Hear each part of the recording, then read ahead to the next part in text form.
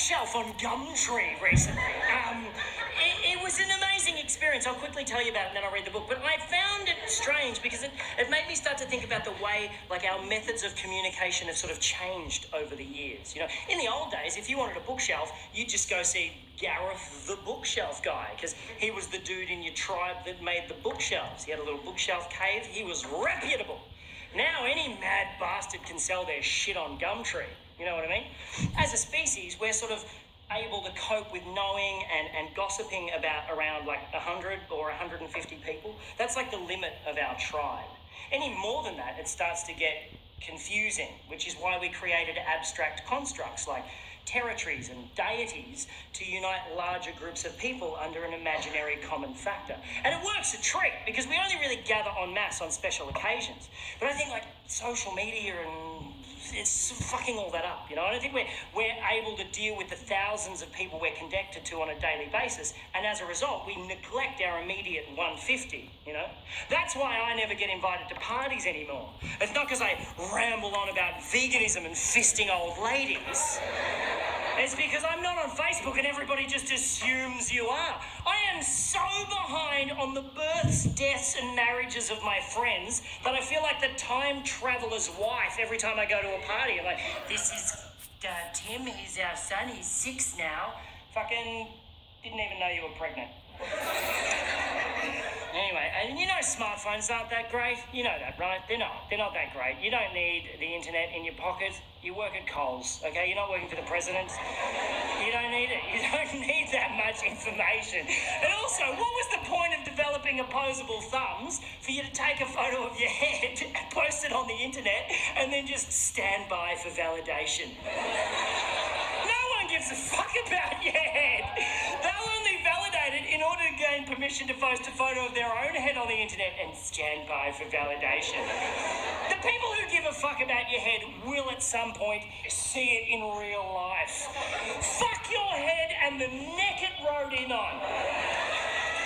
Your vanity is sucking up my bandwidth. Anyway, this is what's going through my head as I'm on Gumtree looking for a bookshelf, because you know when you put something in the search in Booktree, what the fuck? When you put something in the search on Gumtree, I'm having a stroke up here. When you put something in the search, right, and like there's always a couple of things that come up in the list that are like the polar opposite of what you search for. I'm like, get out of my head, Gumtree algorithms, conspiracy. No, but seriously, you type it's like bookshelf, and it's like bookshelf, gramophone, bookshelf, combine harvester. What the fuck? That's actually a pretty good price.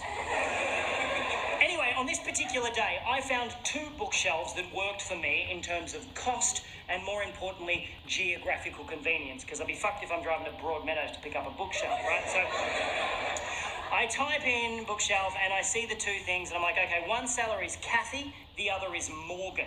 I send them both the same text message. Hello, I saw your bookshelf on Gumtree. Is it still available? Kathy texts back straight away saying, sorry, it went this morning. That's cool, Kathy. I'm sorry I gave you an annoying voice in the retelling of this story. Morgan's response came through a couple of minutes later and simply read, it was my wife's bookshelf. How do you respond to that?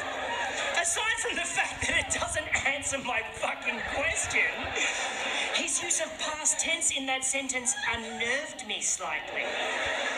I'm like, I should probably just find another bookshelf. And then I noticed he lived in the suburb next to me, so I replied, is it still available? He responded with the letter Y. Just a Y? Is he asking me why I want to know if it's still available? Or is it a Y for yes, and he's so in the throes of grief that he can't manage the E and the S? I assume it's a Y for yes, so I respond, cool, I'll take it. When's a good time to come and pick it up? No reply for 15 minutes. I'm like, oh, he's forgotten about me. Fuck it, I'll find another bookshelf. And then when his reply actually does come through, I realise he spent those 15 minutes crafting his response because it's a fucking thesis. He must have felt so bad about only using a single consonant in his previous text that he just massively overcompensated with this one.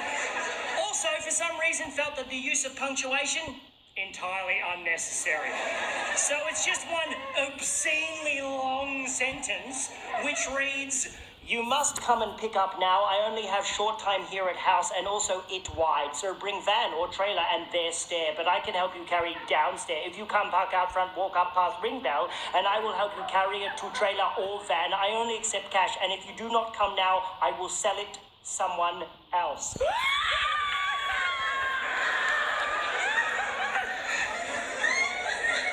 Again, I'm thinking, oh, I should just find another bookshelf at this point. But now I am fascinated by Morgan and I simply must meet the man. So I drive over to his house. Oh, before I left, I sent him a message saying, "Cool, I'll be there in 10 minutes. He replied, "Okay," but spelled it O-K-A-Y, which just fascinated me more that he'll use 4 letters to spell a 2-letter word, but only 1 letter to spell a 3-letter word. Morgan is off the fucking chain!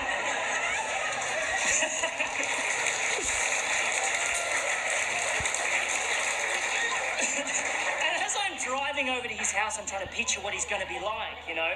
His pidgin English might suggest ethnicity of some sort, but I don't want to racially profile him. Maybe he's an old man who recently lost his wife and is not that very good at texting. Or maybe, and I'm really hoping this is the case, Morgan is just batshit crazy. So I get to his house and I go up to I park out front, walk up past ring bell, and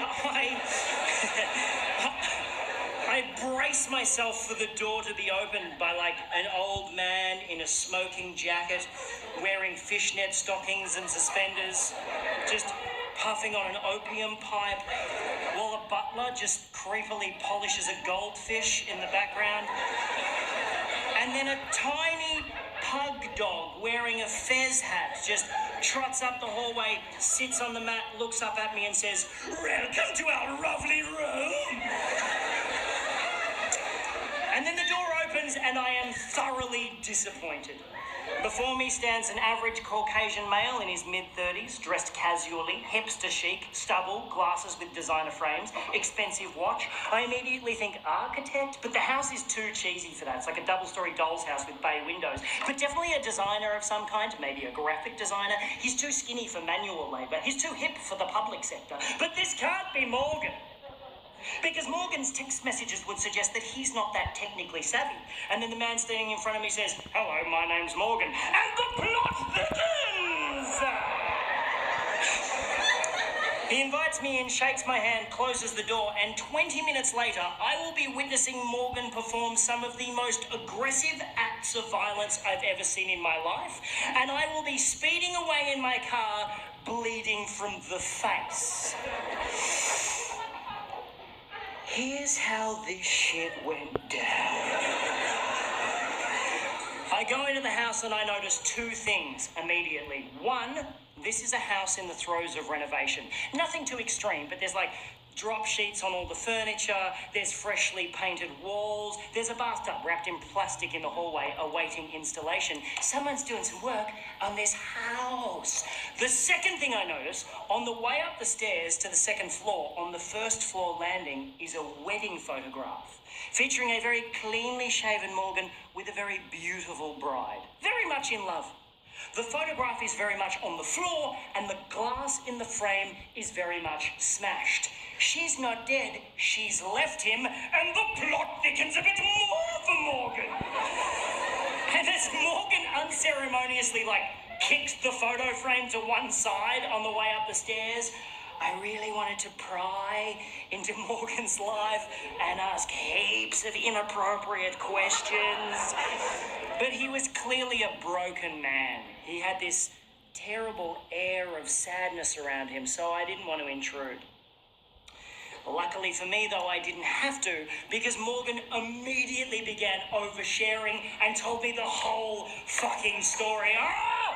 Thank you, Morgan. I shall hang off your every word and then retell your tale to 200 strangers and record it for a fucking DVD.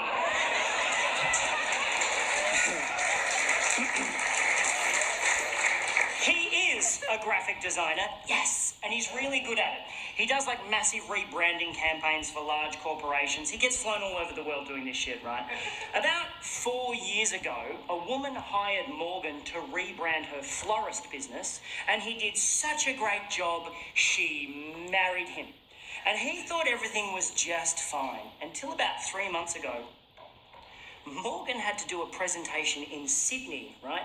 But he was on his way home from overseas and he got stuck in Dubai due to a flight cancellation. So rather than cancel the meeting, Morgan suggested to these businessmen in Sydney that they do a Skype chat because he's so technologically savvy despite his fucking baffling text message style. So Morgan checks into a hotel, cracks open his laptop and starts Skyping with this room full of businessmen in Sydney who are all watching Morgan on a massive screen on their boardroom wall, right? And everything's going great. Morgan is totally nailing it until about halfway through, he realises that a file he wants to show these dudes is on the desktop of his home computer back in his home office in Melbourne. And he decides to live share the desktop of his home computer on the Skype chat. He knows how to do that. He can control his computer remotely from anywhere in the world. It's not particularly new technology, but Morgan makes it sound so impressive. So this room full of businessmen are all watching keenly like, oh, Margaret, bring in some biscuits. There's some newfangled shit going on in here. As Morgan clicks a few buttons and brings up the desktop of his home computer on the Skype chat. Now, what Morgan doesn't realise is that his wife has been using the photo booth app on that particular computer to take pictures of herself. To take naked pictures of herself. To take naked pictures of herself doing some pretty fucked up shit. It's embarrassing to say the least. Just as Margaret came back in with the biscuits, I've got you the... Now, those of you who are familiar with the photo booth app will know that how it works is it accesses the built-in camera in your computer and with a click of a button takes a photo of you when you're standing in front of the screen.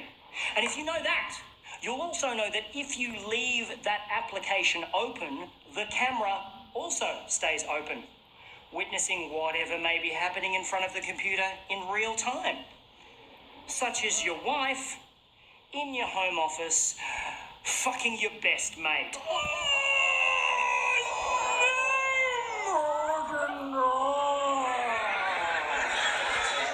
Morgan then goes on to tell me she's keeping the house, his former best mate is moving in, and while they're out for the day happily shopping for fittings, Morgan must suffer the indignity of moving his shit out and selling the stuff they don't want on Gumtree to this guy. It's at this point of the story that Morgan starts crying. He breaks down, and I do not blame the man. It's fucking horrible, and I just want to give him a big hug and say, everything's going to be all right, Morgan. But I am holding the full weight of a bookshelf halfway down a set of stairs, and Morgan is the only thing stopping that bookshelf from caving my face in. I was like, Morgan!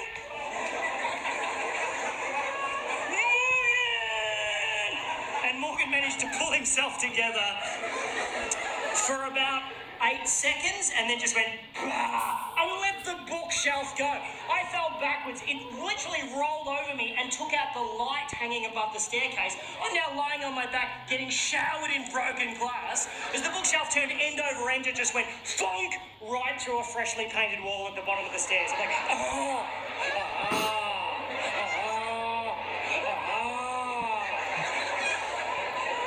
tiny cut on my forehead, which is just pissing blood for some reason. Apart from that, I'm fine. Morgan, however, is not fine. Morgan is the opposite of fine. Something happened when the bookshelf lodged itself in the wall, and his sadness just went away in a second, and he started pissing himself laughing. Hysterical. And he had the creepiest is weird, and he's going... like some sort of demonically possessed baritone kookaburra. He's like...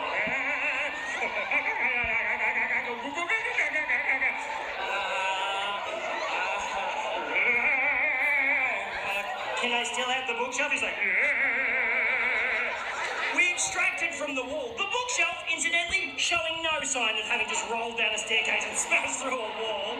We carried it out to my car. We had to stop about 6 times because Morgan was like, hang on a minute. We got it to my car, put it on the trailer, and Morgan was in such a great mood, he let me have the bookshelf for free. Oh!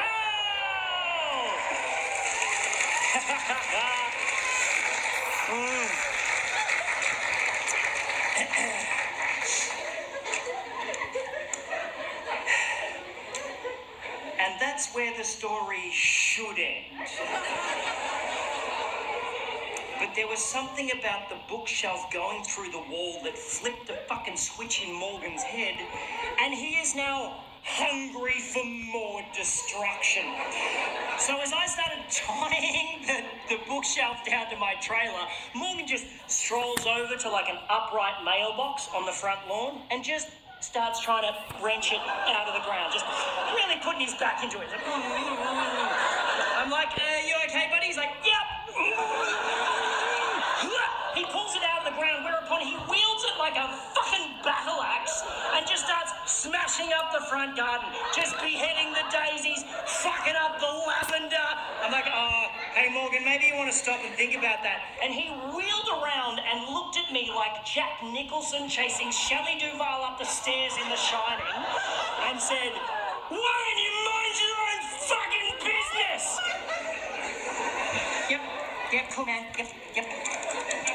Now, I like tying knots. I'm quite good at tying knots. If I tie something down, I take my time because I want it to stay there. But as Morgan nonchalantly strolled up the driveway, rolled up the garage door, and put the mailbox through the windscreen of an Audi, I must admit, I kind of rushed my knot tying job. I got in the car. I'm about to drive off. I'm like looking at the house going, I'm sure he'll be fine. And then an armchair smashed out of an upstairs window and just went doink, doink, doink, doink down the front lawn. I was like, what's my duty of care in this situation? I didn't want to call the cops on him. I didn't want him to trash the house. I'm like, fuck, I'm going to have to talk to Morgan. So I got out, I walked up the driveway, shitting myself. You know when someone does something really violent and you're just like, fuck, we're not supposed to do shit like that. Just yucky feeling in my tum-tum. And I'm standing there in the garage, and there's like an adjoining door in the garage that leads into the house. I can see in through the door into the house, up the staircase. It's like a wooden staircase, and I'm standing in the garage just going, Morgan!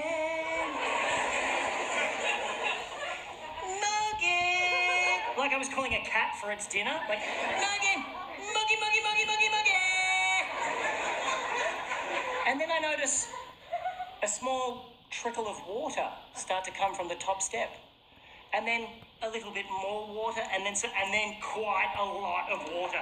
Just pissing down the stairs like a shitty water feature. I'm like, that can't be right. And then Morgan appeared on the top step holding a hammer like this. I was like, wow! He's like, starts running at me, wielding the hammer, going, I'm like, oh, no, man, I just wanted to buy your bookshelf. He's like, runs straight past me. I'm like, where are you going? He's like, made a beeline for my car. I'm like, no, man, stop. He's like, stop it, just stop. He spins around and goes, I just checked my phone. She texted me 15 minutes ago saying she'll be here in 15 minutes. We gotta go! And gets into my car. Jesus, fuck me. I run down the lawn, get in the driver's seat. I'm like, what was with the water? He goes, I put plugs in all of the sinks and turned all the taps on. I'm like, that's fucked. He's like, just drive. I was like, nah. I took off so quick, rounded the corner at the end of his street, and the bookshelf just went, boom. whoosh, and exploded against a guardrail. Just exploded in a shower of badly tied knots and broken dreams. So me and Morgan just fucking left it there. Like a little breadcrumb for his ex-wife to find on the way home to her destroyed gingerbread house. I dropped Morgan at a train station. I have never seen him again. And that, my friends, is why I no longer shop on Gumtree. Thank you very much. Thank you very much.